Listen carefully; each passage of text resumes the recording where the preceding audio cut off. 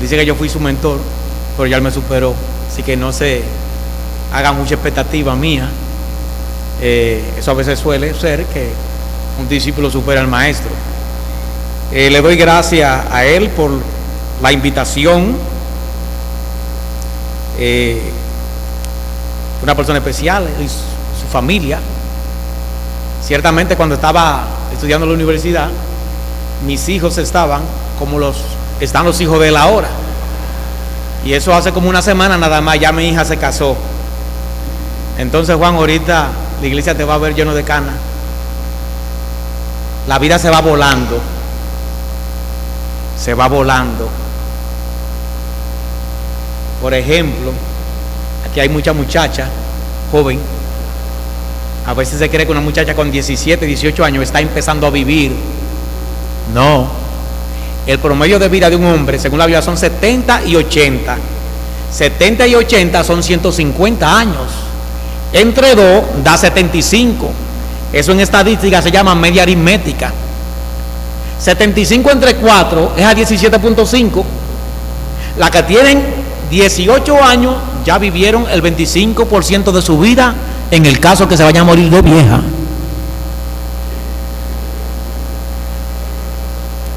Así que la vida vuela. Asegurémonos de estar en Cristo. Yo quiero que vayamos al libro de Juan. Juan capítulo 3.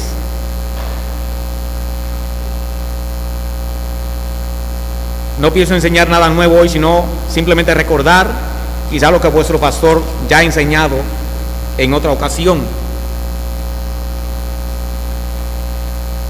En Juan capítulo 3 nos encontramos con la historia de un hombre que quería saber cómo que una persona alcanzaba salvación y consultó a Cristo. Miren lo que dice el capítulo 3, verso 1 al 3. Había un hombre de los fariseos que se llamaba Nicodemo, un principal entre los judíos. Este vino a Jesús de noche y le dijo: Rabí, sabemos que has venido de Dios como maestro, porque nadie puede hacer estas señales que tú haces si no está Dios con él. Respondiendo Jesús le dijo: de cierto te digo, que el que no nace de nuevo no puede ver el reino de Dios. Antes de empezar a exponer acerca de este texto, quisiera pedirle a Dios que me ayude en la exposición. Así que ustedes me ayudan ahora a orar. Oremos. Señor, te agradecemos la oportunidad que tú nos das de exponer tu palabra. Señor, tu Santo Espíritu es quien convence de pecado. Si tú no traes luz, aunque la audiencia oiga y entienda, si tú no das el arrepentimiento, hemos perdido el tiempo. Te rogamos que tú nos visites con tu gracia y que tú nos traigas con cuerda de amor al arrepentimiento, que podamos abrazar a Jesucristo con amor y con fe, a fin de que seamos salvos. En Cristo Jesús te lo rogamos. Amén. Bien, hermanos y visitas que están con nosotros, hoy vamos a hablar acerca de la necesidad del nuevo nacimiento. Hay muchas cosas que a veces nosotros decimos que necesitamos y son coros de nosotros para que nos compren cosas. A veces las esposas dicen: necesito un juego de comedor, con el que está ahí está bueno. Esa es una necesidad creada. Yo no estoy hablando ahora mismo de una necesidad creada. Mira, yo no tengo ropa, yo no tengo que ponerme. Ven a ver para que tú veas. Y no tienen que ponerse. No estamos hablando de ese tipo de necesidad. Mira, solamente tengo, yo no tengo zapatos, viejo. Vamos a hablar de una necesidad real. Necesitamos nacer de nuevo. Y como una introducción, el hombre fue creado para ser eterno. Por esa razón, el hombre no digiere intelectualmente la muerte. Aunque vemos personas cada día muriendo, el ser humano no se adapta a esa verdad. Están así que a veces usted ve personas de 70 años haciendo ahorros. ¿Y para qué tú ahorras? Para mi vejez, pero venga acá, veterano. Ya hace tiempo usted llegó a su vejez, que lo suyo. No, porque la gente no piensa en que se va a morir. Porque el hombre fue creado para ser eterno. Y en ese sentido, aunque el hombre ve que las personas mueren, tienen la idea de que un día tiene que darle cuenta a Dios. Y en ese sentido, el hombre es religioso. ¿Y qué es la religión? Bueno, la religión es el esfuerzo humano para alcanzar a Dios. La gente se congrega en la iglesia, lee la Biblia, da ayuda a personas, a veces reza, hace una serie de cosas, hace una serie de actos religiosos para ganar el favor de Dios. Eso es religión. Y de la persona que vamos a hablar ahora, de Nicodemo, Nicodemo era un religioso que supera al más religioso del mundo, y lo vamos a demostrar. Nosotros vamos a ver 2 puntos en estos 3 versículos. Primero vamos a ver la insuficiencia del hombre para llegar a Dios, y segundo entonces veremos como una respuesta la necesidad del nuevo nacimiento. Y vamos a nuestro primer punto. ¿Qué puede hacer un hombre para ganarse el favor de Dios? ¿Qué usted y yo podemos hacer para llegar al cielo? Para que Dios diga, si tú eres un muchacho bueno, tú vas para el cielo. A mí no me va a decir eso, a mí lo que me puede decir, tú eres un ancianito bueno, tú vas para el cielo. ¿Verdad que sí? Ya estoy lleno de canas. Pero en el caso de ustedes, si usted aprueba, venga, póngase de este lado, al lado de mi derecha. Gracias.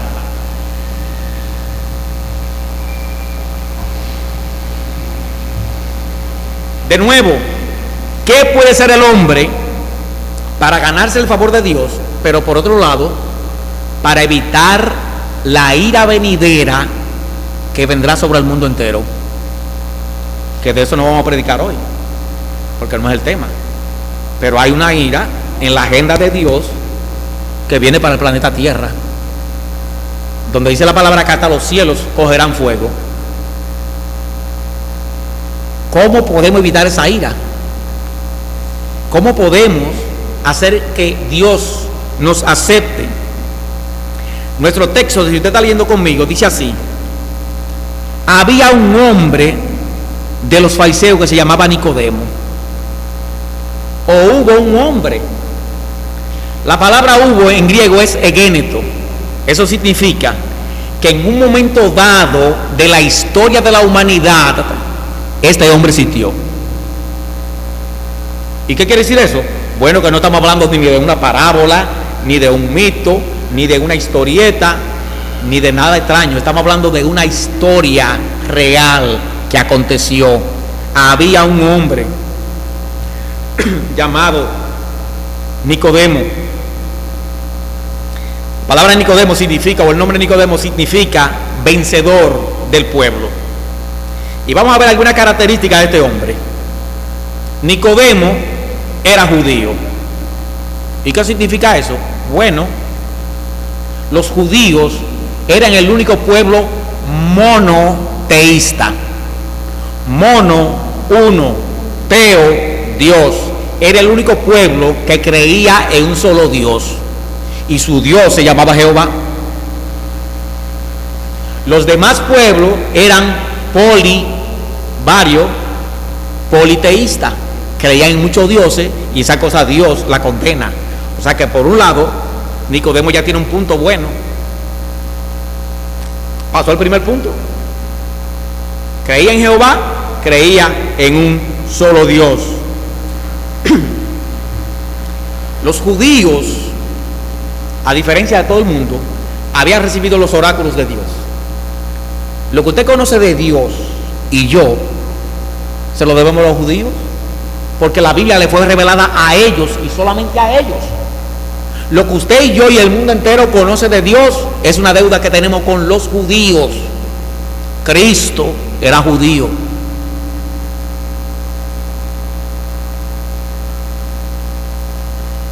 Así que toda la revelación vino a través de ellos.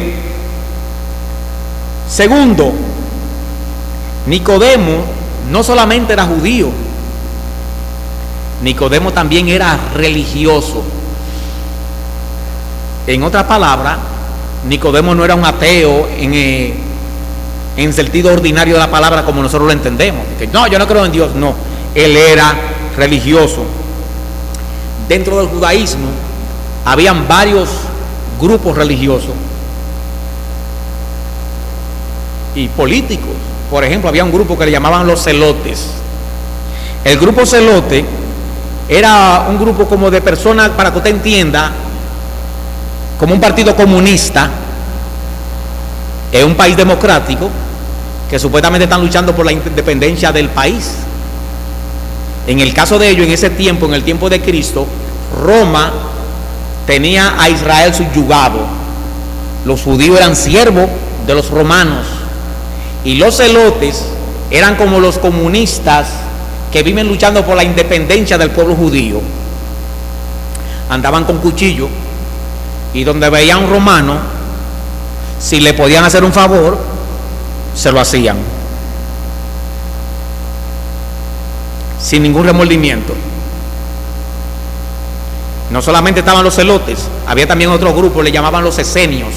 Estos eran también religiosos y eran tan recalcitrantes que se apartaban para los montes y practicaban el ascetismo.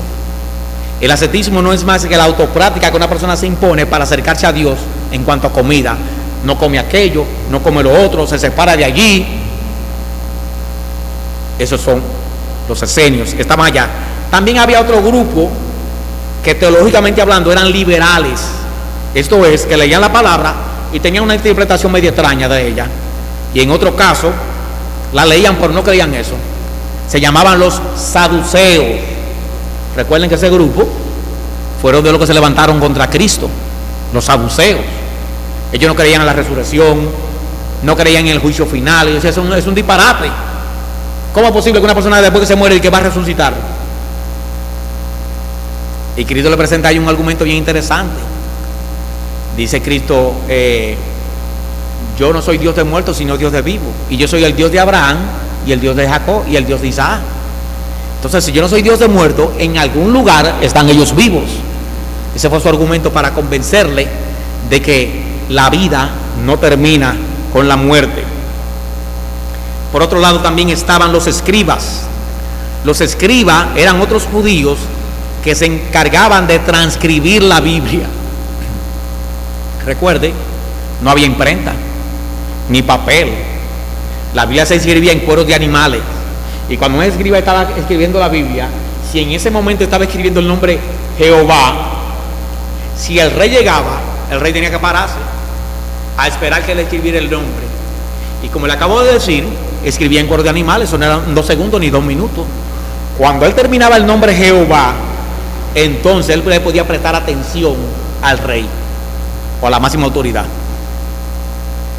Los escribas entonces eran quienes transcribían la Biblia. Y por último, teníamos los fariseos. La palabra dice que Nicodemo era fariseo. Ya dijimos que era judío, el único pueblo del mundo que cree un solo Dios en ese entonces. Aparte de ser una persona que solamente creía en un solo Dios, también era fariseo. ¿Y qué eran los fariseos? Los fariseos eran la religión más estricta dentro del judaísmo. La palabra fariseo viene del griego farisaios. La palabra farisaios viene del arameo perisaya, y la palabra perisaya viene del hebreo perusín, y la palabra perusín quiere decir separado, santo o pietista. Le llamaban los santos a ellos. Ahí viene un santo, pero no como mote de burla. No como mote de burla.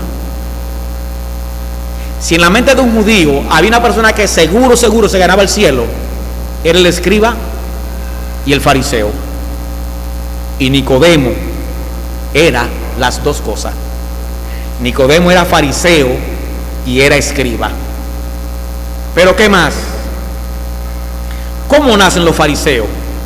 Porque hoy la palabra ofensiva, llama evangélico y dice, tú lo que eres un fariseo, lo están ofendiendo. Pero ¿cómo nacen los fariseos? El movimiento fariseo se cree que tuvo su origen en un tiempo anterior a la guerra de los macabeos.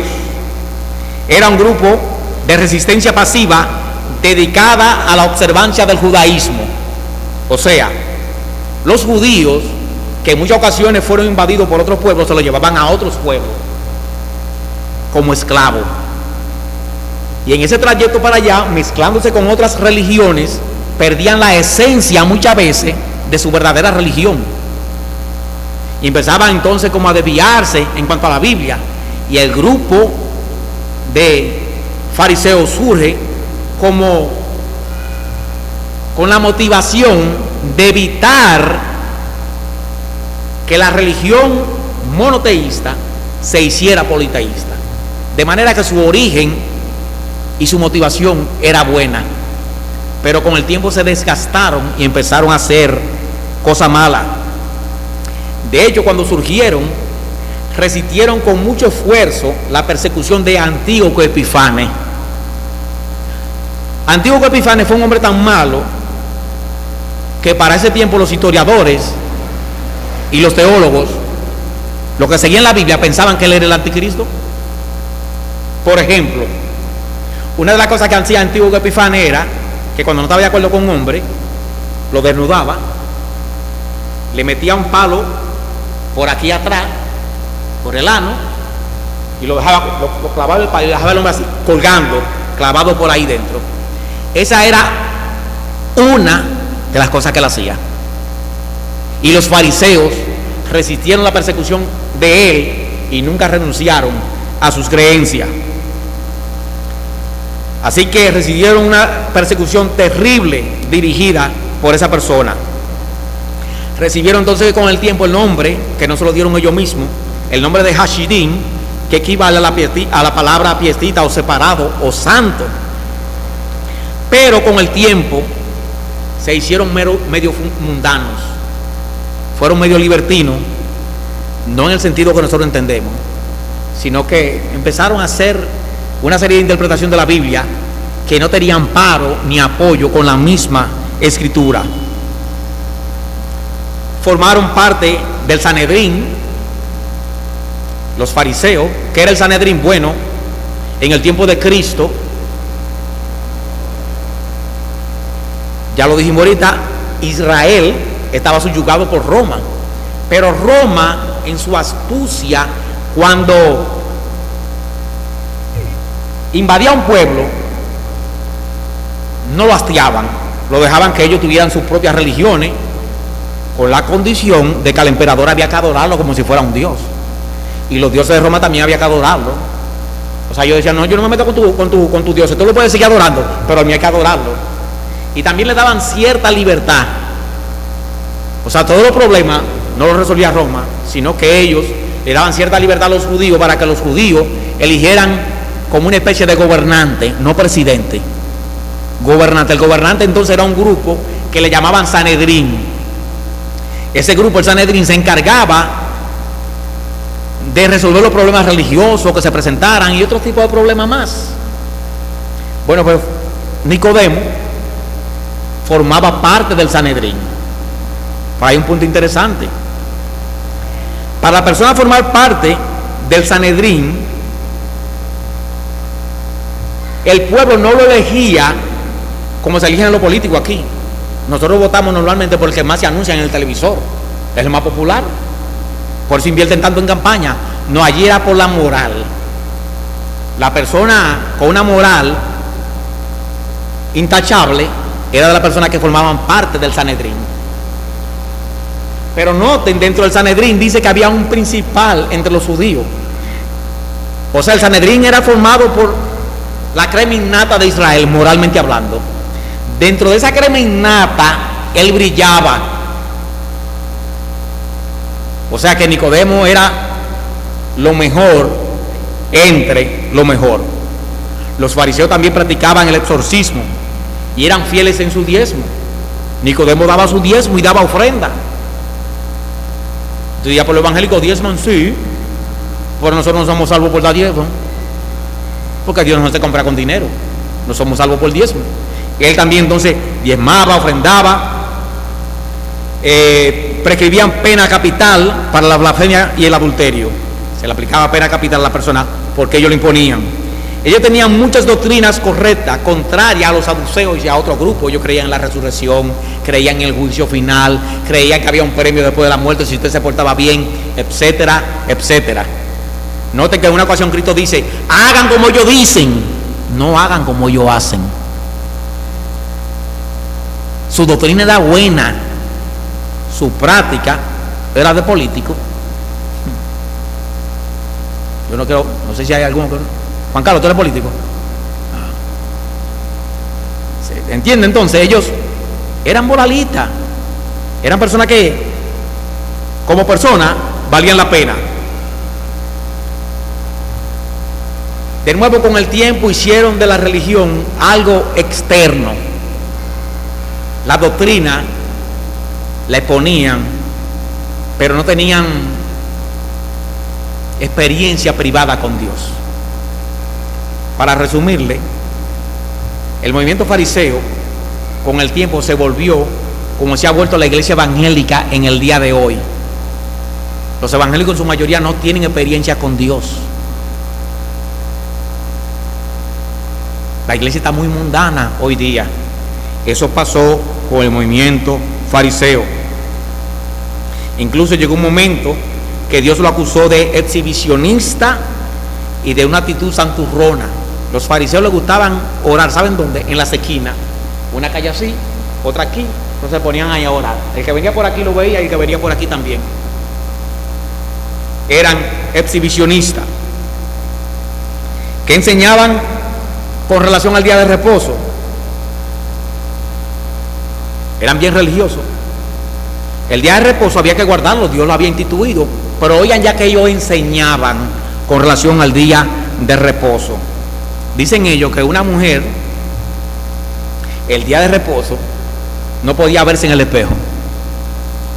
Recuerden, ellos iban para su templo, iban a adorar a Dios, pero no podían verse en el espejo. ¿Por qué? Porque si viendo en el espejo, se veían una cana y tenían la tentación de arrancársela. Cuando usted se la arranca, está haciendo un esfuerzo. Eso es trabajo.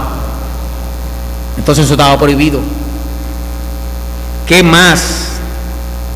Seguían enseñando. Estaba permitido tragar vinagre si usted tenía problemas de la garganta, pero no podía hacer gárgara, porque eso es trabajo. No podía hacer gárgara. Y una serie de mandamientos de ese tipo. Si usted veía un huevo por ahí, usted lo tomaba, y si usted se enteraba que el huevo lo pusieron un sábado, no podía comérselo. Y si se lo comía, había que matar la gallina. ¿Usted quería comerse el huevo? Tenía que salir a buscar la gallina, allá hasta preguntarle: ven acá, doña gallina, ¿usted lo puso hoy sábado?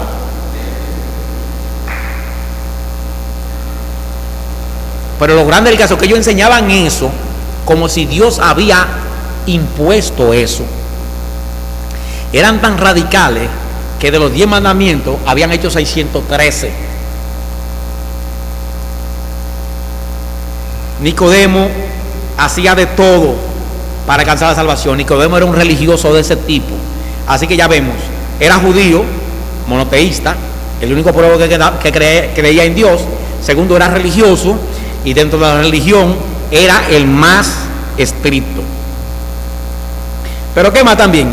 Nicodemo tenía buena economía. Y usted diría: ¿y de dónde te saca esa información de esos 3 versículos? Bueno, cuando usted investiga toda la historia, usted recuerda que Cristo en una ocasión entró a un templo y le fajó a golpe a la gente y a fuetazo y le volcó la mesa, porque en el templo hacían negocio. Los judíos celebran su fiesta igual que nosotros. Nosotros pues estamos bailando, ellos no, la fiesta de ellos es una fiesta religiosa. Ellos van al templo con un animalito aquí al hombro para sacrificarlo, para perdón del pecado de ellos. Entonces ellos van al templo con su animalito, y el fariseo entonces veía el animal y empezaba a observarlo. Pues ese animalito no llena la medida, los controles internos. No, ese animal no puede ser. Imagínate ese hombre que vivía lejísimo y venía a pie, tenía 2 opciones: o comprar otro animal o no ofrecer el sacrificio. Y no ofrecer el sacrificio implicaba en la mente del judío un asunto muy serio, porque entonces, si no ofrecía ese animal por los pecados de ese año, le tocaba hacerlo el próximo año. Y si antes de los próximos años se moría, ¿qué pasaba con esa persona en la mente del judío? Que tenía problemas con Dios. Entonces, él quería sacrificar su animal, y el fariseo le decía: mira, allí venden uno. Pero lo que vendían en el templo, que vendían animales, era un negocio de los fariseos. Y cuando ya le iba el hombre: ¿cuánto cuesta esa oveja? Pongamos 100 pesos. Toma. ¿Qué pasa? No, ese dinero no. Ese dinero con eso no se compra aquí. Vaya ya al banco de cambio y cámbielo en moneda de la de nosotros para venderle. Cuando la persona iba ya a cambiar la moneda por otra moneda, le daban aquí. Ese negocio era de los fariseos. Y los animales que vendían aquí también era otro negocio de los fariseos. Por eso Cristo se llena de una ira santa y entra como Mike Tyson en su tiempo. Tumbó todo, la gente salieron corriendo. Tenían un atropello económico contra el pueblo. De ahí inferimos: el país entero compraba sus animales a ellos para el sacrificio. De manera que tenían libertad económica. ¿Qué más? Ya dijimos en cuanto a su moral, era la mejor. Entonces vemos en Nicodemo que era judío, era fariseo, era un principal, también era escriba, transcribía la Biblia, tenía libertad económica, era moralista, pertenecía al Sanedrín, y con todo y eso Cristo le dice: ¿quiere ir al cielo? Sí, tiene que nacer de nuevo. Todo lo que tú eres, Nicodemo, no es suficiente. Entonces usted preguntaría: pero ven acá, Nicodemo era religioso, daba diezmo, observaba la Biblia, era legalista, era moralista. Según los judíos, dentro de esos fariseos mañosos, él no era de ellos, era moralista, era un principal. Y aún así Cristo le dice: tiene que nacer de nuevo. Yo quiero que vayamos nuevamente a nuestro texto. Mire cómo dice: había un hombre de los fariseos que se llamaba Nicodemo, un principal entre los judíos. Verso 2: este vino a Jesús de noche y le dijo: Rabí, sabemos que ha venido de Dios como maestro, porque nadie puede hacer estas señales que tú haces si no está Dios con él. La respuesta de Cristo. Verso 3: de cierto te digo que el que no naciere de nuevo no puede ver el reino de Dios. Noten que él va como ensalzando a Cristo, y Cristo le salta con algo que aparentemente no era lo que él esperaba. Bien, entonces, viendo nosotros todo lo que este hombre era y no era salvo, preguntamos: ¿y qué es entonces lo que hay que hacer para ser salvo? Nuestro texto dice, primeramente, que él fue a buscarlo de noche. ¿Por qué de noche? Aquí voy a especular porque la Biblia no lo dice. Pudiera ser que Cristo en la noche estuviera más disponible para un conversatorio. Quizá era una persona con mucha interrogante bíblica. Él, como fariseo y escriba, quizá quería preguntarle muchas cosas de la Biblia a Cristo. Y también pudiera ser que él, como fariseo al fin, fuera de noche por miedo a sus compañeros. Porque ¿qué van a decir la gente? Un hombre con un doctorado consultando a un hombre que lo que vive y se crió en un patio haciendo muebles. Ese hombre no es académico. ¿Cómo tú vas a consultar a un hombre que no es académico cuando tú tienes un doctorado? Pudiera ser quizás por vergüenza, no lo sabemos. El asunto es que le consultó de noche, lo visitó, y él le dice: sabemos. Esto significa que no solamente Nicodemo estaba convencido de que Cristo no era un hombre común y corriente, sino que había un grupo dentro de ellos que parece que se venían a discutir, decir, ven acá, por este hombre, yo no sé, resucitó allí y nosotros lo vimos. El hombre vía y el hombre se paró de la tumba. Vimos un hombre con un brazo seco y el brazo le tomó vida. Vimos un leproso, vimos endemoniados, vimos ciegos. Este no es un hombre común y corriente. Parece que ellos discutían eso. Y cuando él va donde Cristo, le dice, Señor, nosotros sabemos que tú has venido de Dios. Estamos totalmente convencidos. Nicodemo entonces está exaltando a Jesús, pero Cristo no buscaba los aplausos de los hombres. En otras palabras, Cristo no era como nosotros. A nosotros nos encanta que nos den aplausos. Cuando mi hija me dice, papi, tú te ves más joven que mami, yo me pongo contento. Nos encanta que nos elogien. Cristo no era así. No andaba buscando los aplausos de los hombres. Le habló de la mayor necesidad que tiene el hombre. Nicodemo, tú tienes que nacer de nuevo. Cristo, como Dios, escudriña los corazones del hombre.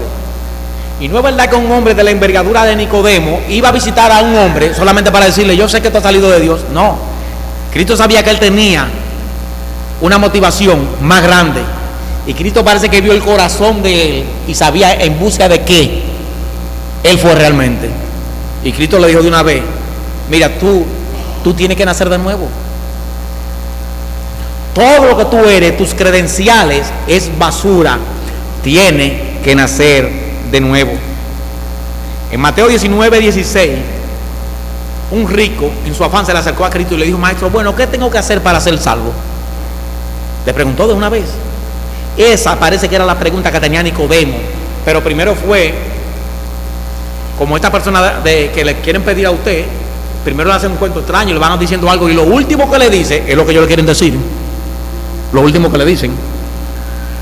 Cristo de una vez le dijo, no, yo sé que tú has venido. ¿Tú quieres saber con relación a la salvación? Tú tienes que nacer de nuevo. La pregunta es ahora, ¿cómo se nace de nuevo? ¿Cuál es mi situación delante de Dios que yo tengo que nacer de nuevo? ¿Qué me pasa si yo muero sin nacer de nuevo? Esas son preguntas determinantes y yo me quiero cuidar en dar mi idea o mi posición. Vamos a ver qué dice la Biblia de una persona que no ha nacido de nuevo o que no ha creído en Cristo, que es lo mismo. Vamos a Juan, capítulo 1.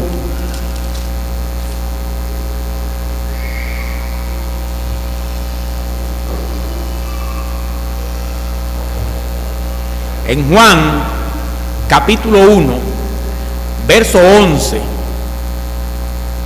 y verso 12, mire cómo dice, hablando de Cristo, a los suyos vino y los suyos no le recibieron, mas a todos los que le recibieron, a los que creen en su nombre, les dio potestad de ser hecho hijo de Dios. De nuevo, a los suyos vino, los suyos no le recibieron. Paralambano en griego, un rechazo de personas, de doctrina, de emoción, de todo. No te queremos. Ahora bien, por otro lado hubo otro grupo que sí le recibió. Dice la palabra que ese grupo que le recibió, ese grupo que creyó o que le recibió o que nació de nuevo, le dio la potestad de ser hecho hijo de Dios. Mi amigo que está aquí, o mi amiga, si usted no ha entregado su vida a Cristo, si usted no se ha convertido, si usted no ha creído en Él, usted no es hijo de Dios. Lamento decirle que si le han enseñado así eso, lo han estafado. Nuestro texto dice aquí que a los que creyeron en su nombre se le dio la potestad de ser hecho hijo de Dios. Un documento. La Biblia enseña que nosotros somos adoptados. ¿Y qué adoptado? ¿Qué usted entiende por eso? Bueno, usted va a un muchacho y le da el apellido suyo, pero usted no lo parió, usted lo adoptó. Él no tiene la sangre suya. Dios tuvo que adoptarnos, porque el hombre en su estado natural, cuando nace, no nace siendo hijo de Dios. Y somos adoptados como hijos por medio de la fe en Jesucristo. Si volvemos al libro de Juan, capítulo 3, note que Cristo le dice: Nicodemo tiene que nacer de nuevo. Entonces, como usted puede ver, no es suficiente dejar de fumar. Nicodemo no fumaba. No es suficiente dejar de bailar. El problema no es el baile. No es suficiente ser religioso. No es suficiente tener dinero. No es suficiente ser escriba, fariseo, maestro, intérprete y profesor de la Biblia. Eso no es suficiente. Yo estoy enseñando la Biblia aquí. Eso a mí no me hace salvo. Yo soy salvo por la fe en Jesús, no porque soy pastor. Seguro que a lo mejor Nicodemo enseñaba la Biblia mejor que yo. El requisito no es enseñar la Biblia. El requisito es creer en Cristo. Note que según el mismo contexto, mire entonces lo que dice el verso 16, porque Nicodemo se enfrascó en una discusión. Pero y dime entonces, ¿cómo que nacer? ¿Que nacer de nuevo? ¿Y cómo yo voy a entrar por segunda vez en el vientre de mi madre? ¿Y cómo será? Pero que yo no te entiendo. Verso 16 del capítulo 3 le dice Cristo: porque de tal manera amó Dios al mundo, que ha dado a su Hijo unigénito, para que todo aquel que en él cree no se pierda, mas tenga vida eterna. ¿Cómo podemos tener vida eterna, mi amado amigo, creyendo en Cristo? Esto no es un invento de los evangélicos. Eso es lo que está aquí. Eso es lo que está aquí. Eso está en la Biblia de los Testigos de Jehová, está en la Biblia de los Adventistas, está en la Biblia evangélica y está en la Biblia católica. Es creer en Cristo. Eso es lo que usted tiene que hacer. Y usted me preguntaría: ¿y si yo no creo en Cristo, me van a condenar? No, no te van a condenar. ¿Que no? No, no te van a condenar. No te van a condenar. Sigue leyendo conmigo. Mira el verso 17, que no te van a condenar. Mira lo que dice el verso 17. Porque no envió Dios a su Hijo al mundo para condenar al mundo, sino para que el mundo sea salvo por él. El que en él cree no es condenado, pero el que no cree ya ha sido condenado, porque no ha creído en el nombre del unigénito Hijo de Dios. ¿Te das cuenta? Que no te van a condenar. Ya tú estás condenado. Ya tú estás condenado. Lo que pasa es que la orden no ha bajado, porque ya el documento está hecho. Usted está condenado. El fin suyo, si muere en su condición sin creer en Cristo, es el infierno. Usted no es hijo de Dios. Eso fue lo que leímos en Juan 1, 11 y 12. Que para ser hijo de Dios hay que creer, hay que recibir a Cristo, hay que nacer de nuevo. Mi amigo que está aquí, no te estamos pidiendo 5 millones de pesos. Lo que te estamos pidiendo es que crea, no en el predicador, sino en la palabra. La palabra dice que hay que nacer de nuevo. Hemos visto dos cosas. Vimos la condición del hombre. No es suficiente que el hombre sea religioso, que sepa de la Biblia, que le enseñe, que le escriba, que tenga dinero para que cuando se muera le hagan una misa de primera o de segunda o de tercera. El antídoto contra la ira de Dios es creer en Cristo. Y quisiéramos invitarte a que tú creas en Cristo. Yo voy a hacer una oración.